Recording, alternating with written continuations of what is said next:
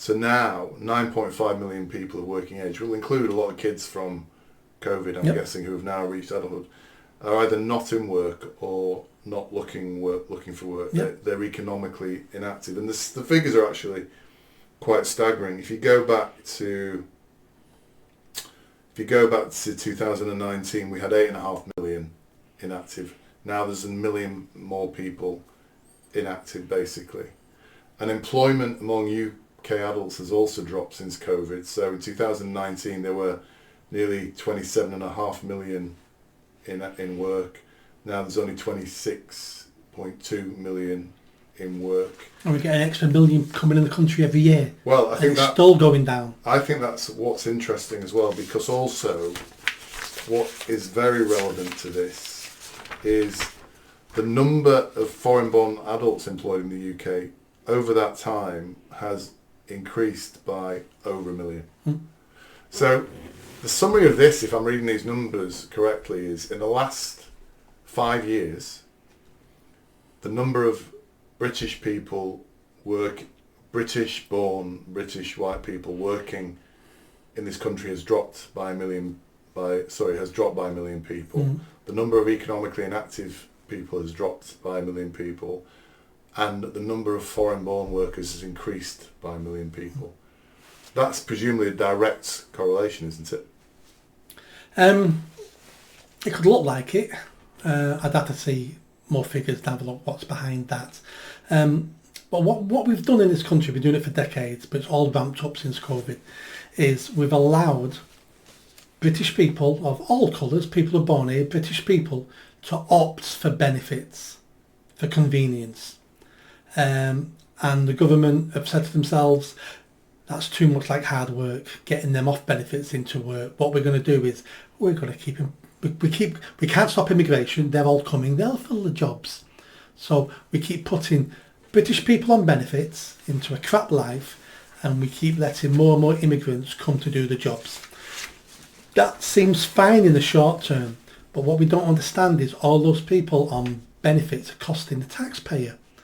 And so we're creating a bigger black hole that we need more and more immigrants to come in to fix.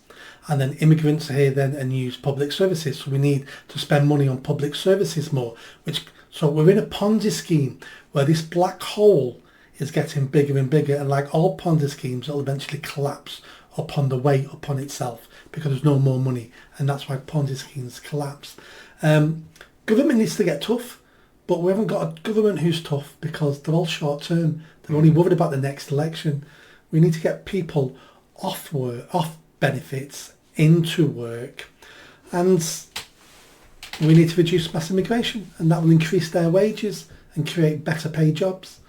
If I analyse this as a purely numerical effort, there's kind of two scenarios. Let's assume there was no immigration. Is it 1 million people coming in last year, was it? Net migration, was it last year? Gross migration has been 1.2 million last year and the year before. Yeah, let's go back a year then. About 700,000 net every year for the last couple of years. Let's go back a year and say we stopped immigration a year ago.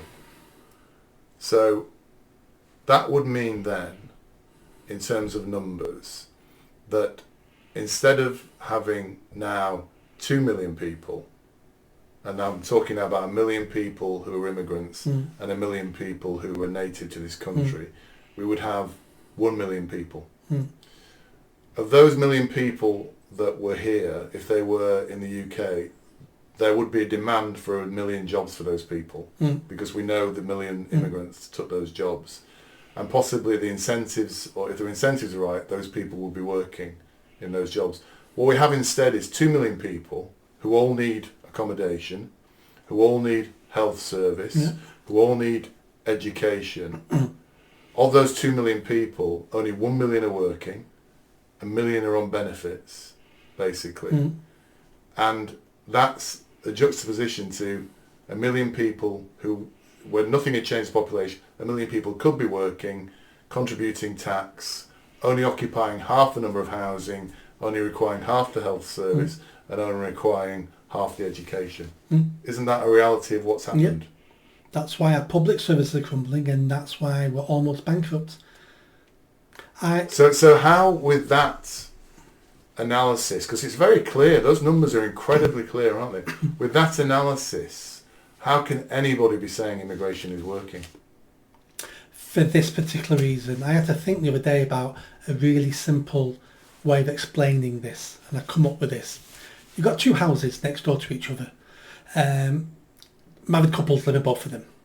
Both of the married couples' combined income is £100,000. So that house earns £100,000. That house earns £100,000.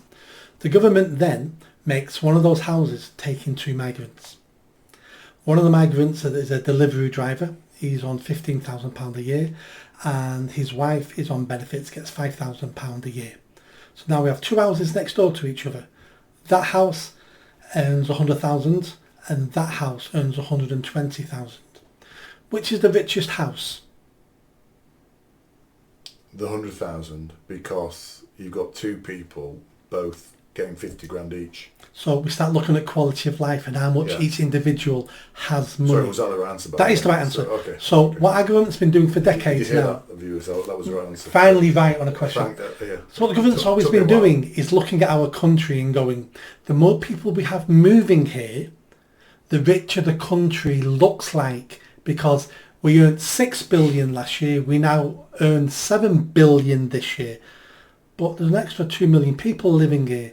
Everyone's quality of life has dropped. Yeah. But the government says, we're the sixth richest country in the world, look how well we're doing. That's the Ponzi scheme. That's the 5-card trick of what they're playing on us, telling us we're richer, we're richer, we're richer. We're not richer. It just, you can twist figures to make it look like we're richer, but your answer was correct. The first house is richer because they've still got £50,000 each.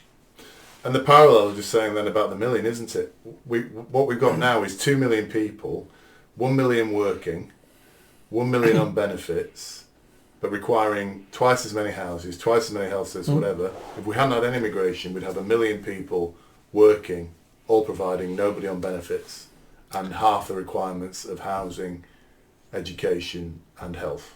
We would only have that if there was an extra thing involved, which would be tough love from government to push them off benefits. Because if we don't have that, we end up with no immigrants, 1 million job vacancies, and 1 million people still sat on benefits.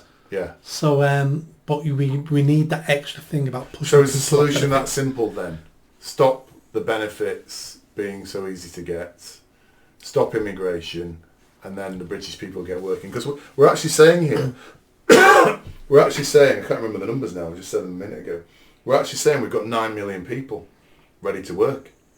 9 million people, nearly 10 million people who are not working. Yes, who are economically inactive, who could work is what I'm trying to say. Who could work, who should work. We have a fantastic pool of workers sitting there not doing anything. Yep. And who's a net drain on the country. Correct. Who are killing us. Yeah.